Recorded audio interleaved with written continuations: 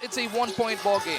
Rain or Shine 43, Alaska 42. Mag-margin to kasama si Coach Ryan Gregorio. Rain or Shine showing some resilience here in the first two quarters. They were actually down by as big as 8 points, but they were able to bounce back. They were able to get that lead at the end of two quarters, and they're starting off hostilities here in the third with that nice runner from PY Tang. Meron tayong napansin during the halftime break, Coach RG. Ikaw, hindi rin namin nababasa nung ikaw ay active coach pa.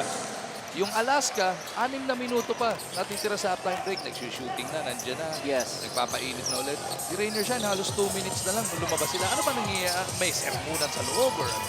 May isang bagay kasi dyan na sigurado ko nabigyan ng pansin ni Coach Yeng. Yung kanilang turnovers, they had a 1-point lead, that is correct, but you want to play as much as possible, increase your chances of winning by taking better care of that leather. So probably they took a little more time to discuss that, and they're just a different team here in the third quarter. They're playing with so much energy, and not only that, they are moving the ball, something that Rain or Shine is known for historically. Ball activity, the open man gets the ball, easy bucket there for Wendell McInnes. Kasama ni McKinney sa SEG, itong si TY Tang na nagbigay sa kanya ng assist kanina. At dyan din sina Jervy Cruz, Paulie, and Jaire Ibanez. Para naman sa Alaska, we see Vic Manuel, who just came up with that hook shot from De La Rosa. Andiyan din si Casio, Baguio, at ang import nila si Romeo Travis. That was a tough shot. Already the 8-point from Vic Manuel. But for Rain or Shine, for as long as you make it hard for Alaska to make a basket, this team is 107 points good every game. But so far, they're limiting the output of the Aces. McInnes now with a total of 20 points. 3-point shot na din sa atin ng PLDT Home Devolution. Turns your ordinary TV into an internet TV. So how important is that shot from McInnes? He will be able to bring the defense up there because that's already his second three-pointer. So gone are the days wherein you just have to defend McInnes inside the paint. They really worked on it. Only 19 points against San Miguel. But so far, he's got 20 across his name. Para malaman natin ano mga napag-usapan natin half, makibalita ulit tayo kay Miss Padilla. Rain or Shine, angat ng isa nang matapos ang first half, pero ang laki ng panghihinayang ni Coach Yeng dahil nagtala sila ng 16 turnovers that cut their runs and momentum, which if didn't happen, could have resulted to a bigger lead. Pinuna rin ni Coach ang kanilang free throws and that they should do better, pero happy naman siya with a decent defense they have shown. Para naman sa Alaska, Coach Alex was just very emphatic to stepping up a little bit more. Intensify lang their game and everything else will follow. They've been outplayed because they weren't as aggressive. Kaya naman Coach Alex just really pointed out wanting to win more than X and O's. Balik sa inyo. Thank you, Miss Erica. Malis ka ba sa pwesto natin ng halftime, Coach RG? Bahagya lang. Parehong-pareho eh. Yung gustong mangyari na magkabilang coach, hindi mo binabanggit mo. Ganun ba? Parang nakakaintindi tayo ng basketball ng bahagya. Medyo, no? Natuto na rin. Ganon. 50-49 is our score. Alaska on the attack, looking to reclaim the lead here. Casio, averaging 9 points a game entering this contest, glides all the way inside for the finger roll. It's just a classic pick-and-roll offensive threat. Itong si Casio, you really have to have a special defense. He can lull you into sleep as if he's taking that jumper, but that was just a wide-open lane towards the basket. Look at McInnes underneath. Jervy, mintis pa rin. Casio, pupukol papunta kay Baguio. Cyrus, back to Casio. Pero naka-recover kagad sa kanya. Itong si TY Tang. Baguio, naipagpag. Ito si Ibanez through that Manuel pick. The muscle man looking to attack Jaire. Balik sa kanya si Jervy. De La Rosa humihingi doon sa backdoor. Di siya nakita. Manuel sweeping. Hook is good. You look at it, it was really a tough shot, but that is really the kind of offensive power that Manuel has. He likes to spin, drop his left shoulder, and go for those jump hooks. Jervy to Jaire.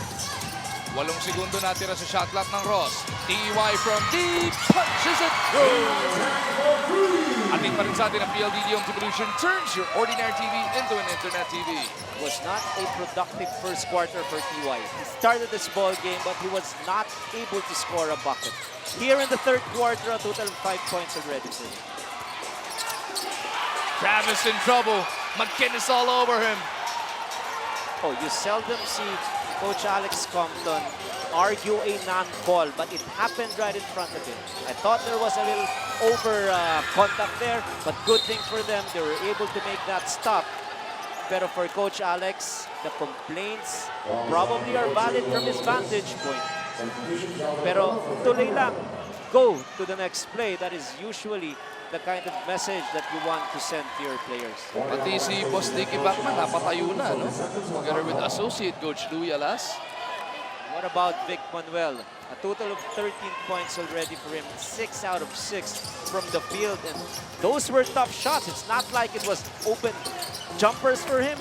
Mahirap yung kanyang mga tinira. Travis gets another one inside and will shoot to the line for a bonus shot. Again, we've discussed this. Casio really loves to use pick and roll plays, or sometimes if he sees a guy rolling to the basket and he sees that there is an advantage, he's not selfish to not give it up.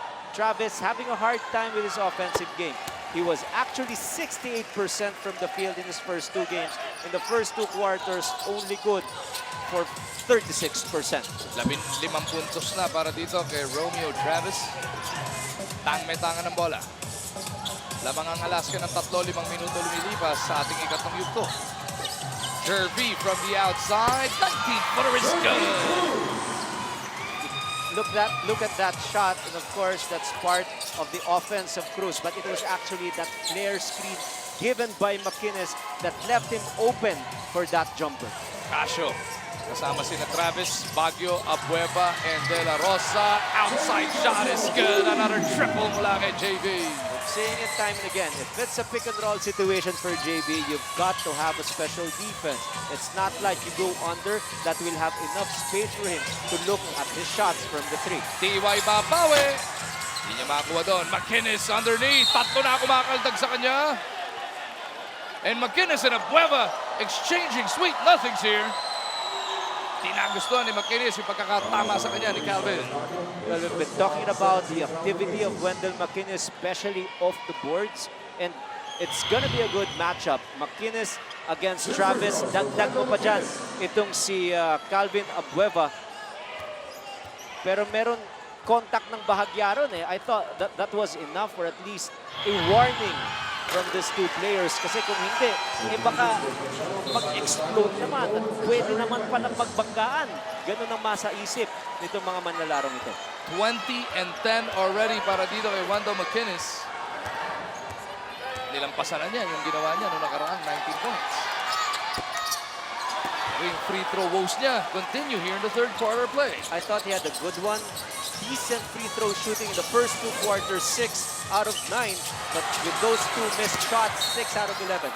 Again, we've said this at the opening of our ball game. He was only good for 30%, 3 out of 10 shooting from the free throw line.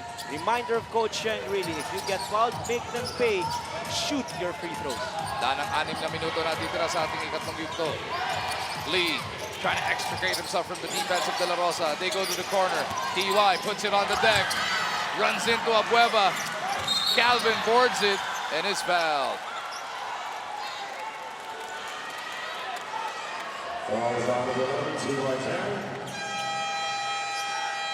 Timeout on the floor.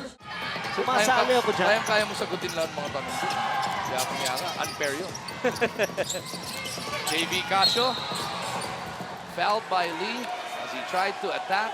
4 ang kabante rito ng Alaska, 59-55. 5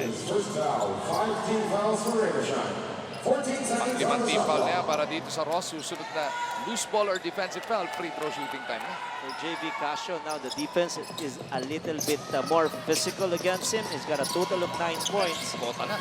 5 coming here in the 3rd. Travis has TY. Oh no, he missed the dunk!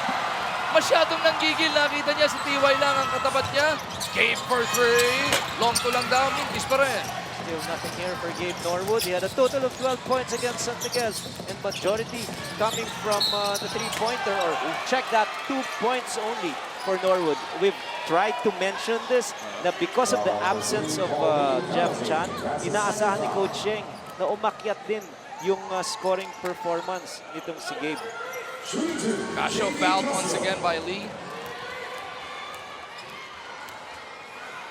It's gonna be such a beauty to watch. JV, Casio, and Polly in the years to come. JV, miyembro ng Gilas 1. Polly, nakarating to sa Gilas 2.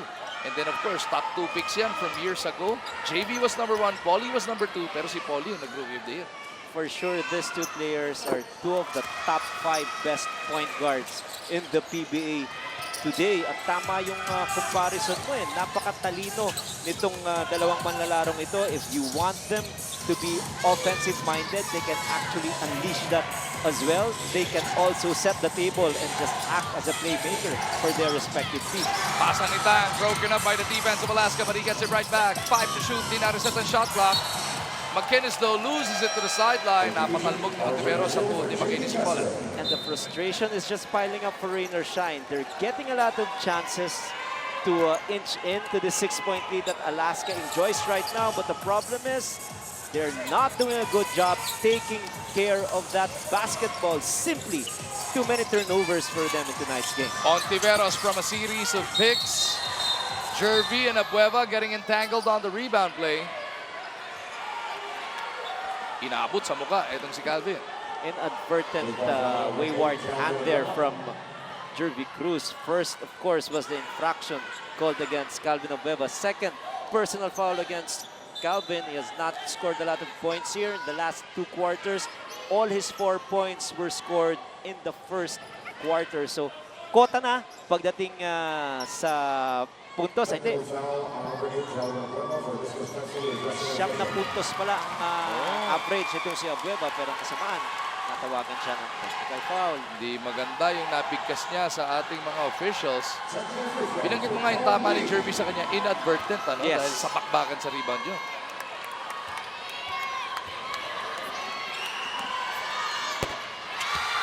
The referee, Jerry Boran, making a lot of new friends tonight, Coach Archie. Oo, talagang kitang-kita yung kanyang sarili ron. Oy, bumangga pala ng bahagya. Yun. If there is contact, talagang tatawagan mo yan. Maski wala kang sabihin, binangga mo. At naisip ni referee na pwede ka naman umiwas. Oo. Bakit hindi mo ginawa? Talagang karapat-dapat mapituhan si Calvin. Cruz from the outside makes him pay for leaving him open, and that'll bring Rain or Shine within 3. Calvin is just losing his defensive assignment because he's not really focused. There, medyo nang gigigil na siya. He tried to do a shortcut to defend Jervy Cruz, kaya nabigyan ng small opening doon si Jervy. Kahit nung nakalaban ng Alaska, yung Barangay Ginebra, no? Inupo na nga actually nung 4th quarter ni Coach Alex Compton si Calvin dahil nakikipag-aasaran na siya doon kay Orlando Jones. You can take the good and the bad kung player mo itong si Calvin, but if he loses his... Calvin, big pick, inabot sa balikat. Etong si Polly. Now, how bad is this? Number 1, Polly was hit on the face. The other one, because na late na yung rotation ng defense ng Rain or Shine, nandoon si McInnes to help. But after that, he was seen clutching on his, parang ano to calf yung kanyang hinahawakan at iniinda. Ito yung big pick, ano? Sinalubong ni Abueva. Itong balikat ni Lee. Doon sa ilalim naman, Abueva and McInnes. Nagkatamaan, sinasabi nga ni Wendell, sinipa daw siya. Dating magkakampi itong si McInnes at si Abueva, pero kanina nakitaan natin na they love contact. Silang dalawa nagkagirian kanina at itong si Calvin. Medyo na-pacify na ang kanyang utak ngayon at focus na siya dito sa laro. At completed 3-point play for Calvin Abueva. Pressure in the backcourt being applied by the Aces. Yun yung kanilang naging puhunan all the way to that finals run back in the Philippine Cup. Uyluan has just come on to replace Lee. Norwood may tangan. McInnes gustong atakin si Travis. Outside jumper, Mendez. Norwood secures that rebound. Fresh shot block para sa Rain or Shine. Almazan pleading for that leather. Pero dinedeny siya ni Abueva. Cruz. Aatakin si Azul. What a spin by Jericho. Rebound battle. It's Almazan. And he goes the other way. Sobrang alang. I-reverse niya. Banchero goes to the wing. It is Azul from deep. Punches it. This is now now the biggest lead for Alaska. They're getting into the groove of things with their defensive assignments. They're getting the ball, they're running, and they're in rhythm to take shots from the three in transition. Norwood on the move. Is fouled on the way to the cup. Shots parating para kay Gig. And this is the kind of confidence that Coach Alex Compton gives his players. Shots from three in transition is allowed under his scheme. Coach Yang reminded his men to be extra aware so they can lead Alaska to a mismatch, capitalize on it now because they know better what to do on situations like that. Dagdag pa ni Coach, if they still find the opportunity, feed the ball to Wendell for easy baskets. Pero pag andyan ang diskarte sa labas, of course, the usual mantra is to not hesitate. Balik sa inyo. Thank you, Miss Padilla. Not a very good quarter here for Rainer Shine. They've only scored 15 points in the third, and they've allowed Alaska to score 25. So after having a 1-point lead at the end of 2 quarters, talo na sila ng 9 puntos. Dagdagan mo pa dyan yung hindi makashoot ng free throw. 2 minutes ko, no? Si Norwood. Azul and Thos could not connect on that attack. Babalik sa Ross ang possession. Siya ang hinahabol dito ng Elasto Painters. Jericho Cruz working against Ontiveros. McInnes with the pick. Cruz down the middle. Trying to finish strong kontra dito kay Thos. 2 shots parating. Well, the idea of going strong to the basket is actually giving Rainer Shine a lot of opportunities to shoot free throws because of, yun na nga, maganda yung aggressiveness nila eh. Ang problema lang talaga, yung kanilang ability to make free throws. Ayun, sinigurado na ni Jericho Cruz. Pangatlong puntos pa lamang niya. May kabuang 11 puntos to eh. Nabanggit natin at ang masama rito, 12 out of 22. Good thing. 13 out of 23. 10 minintis na from the free throw line ng Rainer Shine. Panchero, naiwan si Oiloan. Hinabol pa ni McInnes. Panchero, kinalbo silang lahat. This guy is averaging 10 points per ball game in their first 2 games. In fact, he's the leading local scorer. That was his 4th point. And again, a turnover for Rainer Shine. Panchero making things happen in this 3rd quarter. Azul lines it up. It all starts with their full court defense. They create scoring opportunities by getting a lot of steals. And on the other side, they're just so confident making the extra passing, launching shots beyond the white line. RJ Azul now with a total of 9 points. McInnes gustong bumawi. Pupunta dito sa kanto. Oiloan, back to McInnes. Masyado mataas yung basa. Court to shoot. Oiloan will unleash one. Right left, Lindira. Norwood is there. It is fouled by RJ. First thing that Rainer Shine really has to do is to break the press, especially after a made basket. The other thing is when they go attack and they get aggressive with their offense and they get fouled, they just have to slow down, focus on their free throw shots. Norwood rattles out the first. 1 out of 4 in the last 2 trips forgave Norwood. Only a total of 3 points for him. Abueva, stop and pop over Almazan. Oiloan para sa rebound. Norwood to McInnes. Pupunta sila kay Cruz. Almazan, deep position. Ontiveros slaps it away. Dondon, pinukul kay Banchero sa kabilang dulo. Touchdown, Alaska! There's a huge mismatch. Almazan only being guarded by Abueva, but as soon as the ball travels, nandun na agad yung help ni Ontiveros, and Rainer Shine not quick enough to go in transition defense. Alaska is just capitalizing on the failure of Rainer Shine to speed up. McInnes for 3. No good. 13 na ang abante ng mga Alas. Gusto pa nilang dagdagan. Abueva, shifting directions kontra kay McInnes. Ispalinghado nga lang ang kanyang tira. Here comes Cruz sa kabilang dulo. Going to the spin. Gets the basket. Make a sababang foul. He likes to do that pirouette move. We've seen it time and again, and this time he was successful. He was fouled. A chance for 3 for Jericho. Jack and Jill, astig move natin yan. Atid sa atin ng Jack and Jill Iceman Candy. Ilabas ang tapang. Tabang titira ng bonus free throw si Jericho Cruz. Hayaan niyo pong batiin muna natin ang Get Well Soon. PBA Press Corps President Tatay Barry Pascua. Kumpare ko yan eh. Inaanak niyan yung pangalawang anak ko na si Ramon. Kaya nagdadasal kami sa iyong speedy recovery, kumpare. Get well soon, Sir Barry. The bombastic one. Toss, lalabas kay Ontiveros. Long three, Jimmy Country. Tonton drains it. That was 5 feet away from the white line. It was challenge. Again, a turnover. Sloppy basketball here for the Alaska Painters. Last shot time para sa mga nakapula. 5 seconds remaining in the third. Banchero puts it up. No. Almazan boards it. Enough time for a Hail Mary. Shot clock lang ang tinamaan niya doon. Maninira pa si Raymond. 77-64 is the score after the smoke has cleared dito sa third quarter of action. Ang huling 12 minuto parating na. Walang bibitiw dito sa TV5.